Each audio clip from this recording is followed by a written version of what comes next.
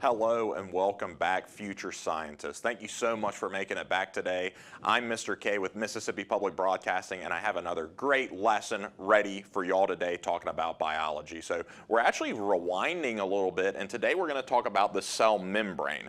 Now y'all might remember the main topic for this unit has been transport. How do things get in and out of the cell? Well, the cell membrane plays a huge role in that. So I'm going to review a little bit of the cell membrane and its structure, and then we'll talk about some of the different ways that things can get in and out of the cell membrane, okay?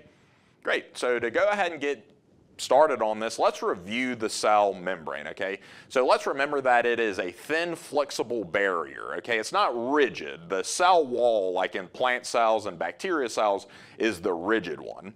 The cell membrane regulates what enters and leaves the cell, and so we call that semi-permeable. Sometimes we'll even say selectively permeable because it can pick what comes into and out of it.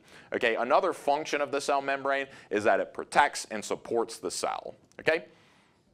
So just a review on the organization and the structure of the cell membrane. Now they're mostly made up of these special lipids called phospholipids. What happens is they naturally arrange themselves into two layers, and so we call this the phospholipid bilayer.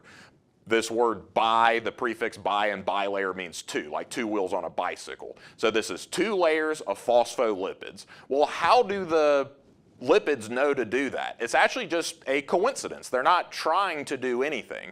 What happens here is that the head of the phospholipid is hydrophilic, so it likes being around water. The tails are hydrophobic, and this word phobic, think of the word like phobia. It means hatred of or scared of. So the tails here are hydrophobic. They don't like water. So if you get a whole bunch of these phospholipids in water, they have a tendency to just arrange themselves like this, where all of the heads are closer to the water. Sorry about that. All the heads here are closer to the water, and all the tails are facing away from the water. So it's kind of just a happy coincidence that they're arranged like this. But it's super important because every cell uses these to make their cell membranes. Okay? So again, just to look at this in a little bit more detail, this is what a phospholipid looks like. It's got a head and a tail. The head likes being around water. The tail does not like being around water, so they naturally arrange themselves in this phospholipid bilayer. Now what I wanted to point out is that the cell membrane is not only phospholipids. That's just the biggest component of it. If you look really closely at this picture here, you'll see that there's some channel proteins, there's some cholesterol here, and there's some receptors here as well. So although the phospholipids make up the biggest part of the cell membrane, it's not the only part of the cell membrane. And so when we're talking about that, I wanted to just talk about this form of art really quickly. It's going to come up here in just a second. I don't know if you've ever heard of the word mosaic before. So a mosaic, you can see this is an example of a mosaic artwork. What you do is you take a bunch of broken pieces of something, and then you rearrange them to make a full picture. And so this is like a picture of a penguin or a puffin or something, but you can, if you look closely, you'll see that it's actually a bunch of small pieces that have been broken and then rearranged and put together to make this picture. There's something really cool about this piece of artwork because I love taking things that are broken and then putting them back together to make something new. So why am I talking about this cool piece of artwork called mosaic? Well, it's because sometimes you'll hear people refer to the cell membrane as the fluid mosaic model. And I'm going to talk about that a little bit here and why do we call that. So remember, the cell membrane, it's mostly phospholipids, but there's a lot of other stuff in there. Here are some examples of other things you'll find in the cell membrane. You'll have proteins. Those kind of act like channels, so things that they're big channels you can exit and enter through the channels. We'll have carbohydrates. They act as receptors sometimes. That's how we can find the specific type of cell that we're looking for. We'll also have cholesterol. Cholesterol is a different type of fat. It helps with flexibility. And so what's going on here is that there's phospholipids, there's proteins, carbohydrates, cholesterol. They're kind of all it's a bunch of small pieces that are all coming together to make a bigger thing, and so sometimes we call that the fluid mosaic model. So look at this picture here and you'll kind of see what I'm talking about. This is an example of the phospholipid bilayer. You can see that they're are 2 layers of phospholipids. That's all the gray stuff there in the middle. But look at all that other stuff in there.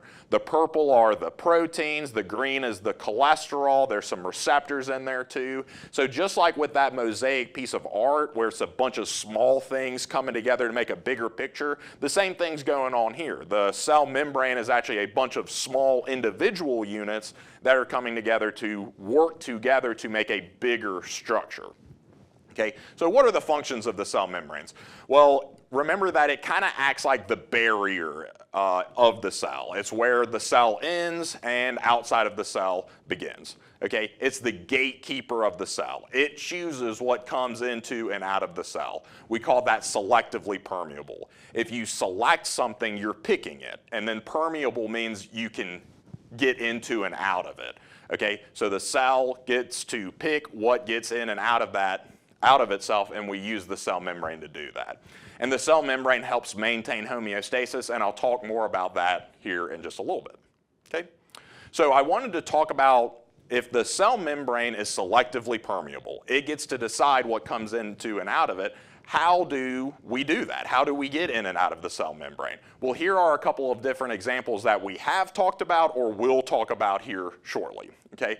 The most common is just diffusion. This is passive transport of small molecules. Remember that diffusion always goes from high to low concentration.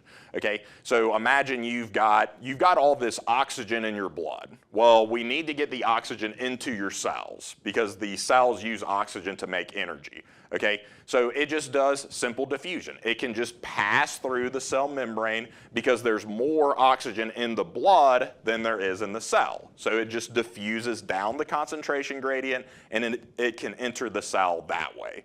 Okay, another type of diffusion, we haven't talked about this very much yet, but I'm going to talk about it later on. It's called facilitated diffusion.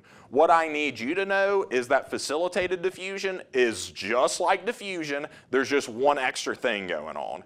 With facilitated diffusion, we move through a protein channel, but it is still high to low concentration, and therefore there's no energy involved here. Okay?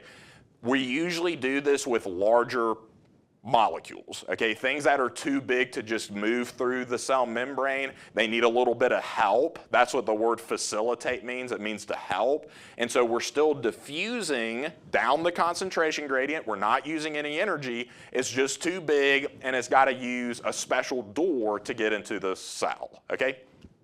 Great.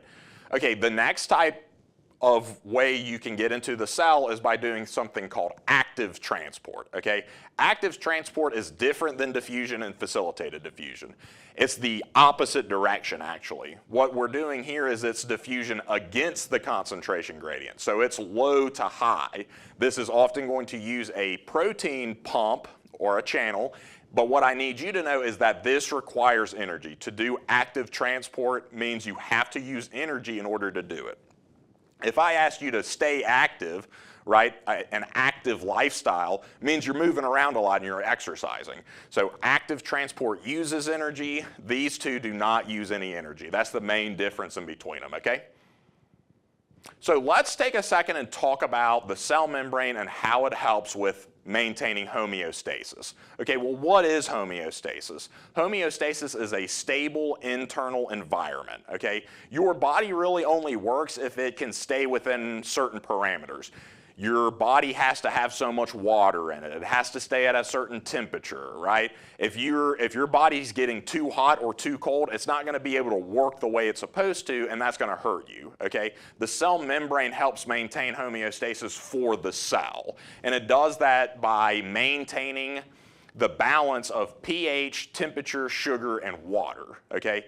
So it's able to get the sugars that it needs to into it. It's able to control how much water is coming in into and out of it as well. Okay, and it does all of this through active and passive transport. Okay, y'all, great work today. Thank you so much for following along. We got some other things we'd like you to practice this information on, so make sure to give it your best effort, and I hope everybody has a great day.